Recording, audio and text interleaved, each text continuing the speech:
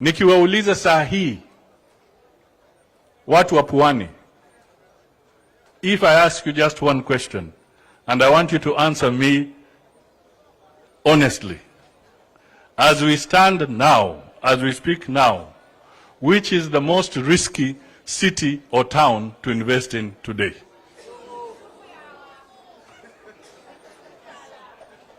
I didn't say anything, but I'm just asking.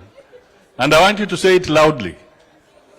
Which is the most risky town or city to invest in today?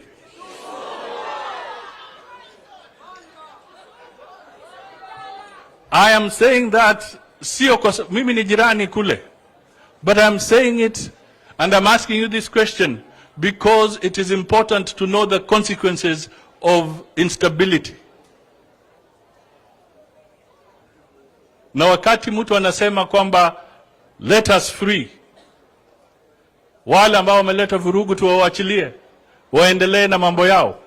Yes, you want us to release the ones who have vandalized the property and the investments of other people. But who is going to compensate those who have lost their property and their investment?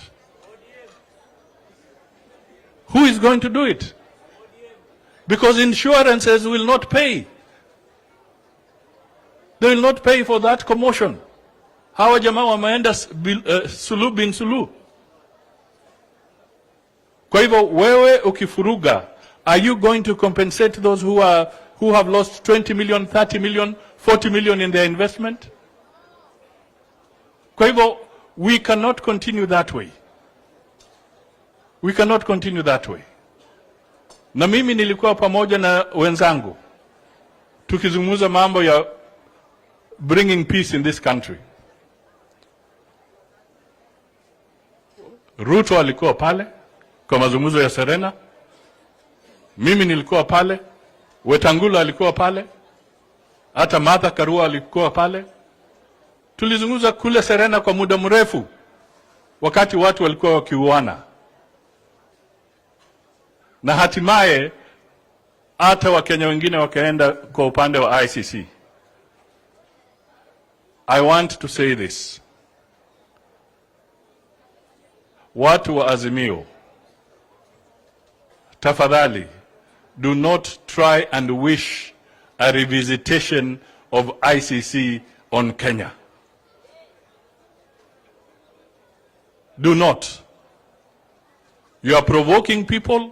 You are trying to do it. You are trying to instigate chaos to try and create a spark ya kuleta fujo. Mheshimiwa William Ruto has restrained himself. His government has restrained itself. But surely, for Azimio, we cannot allow vandals to continue vandalizing the investments of Kenyans, and you try and dangle the carrot or the stick around ICC on Kenyan people. It will not hold. Kenya has not degenerated to that level, and we are not going to degenerate to that level. But the government will be very firm kuhakikisha kwamba stability is maintained na tutakuwa sawa.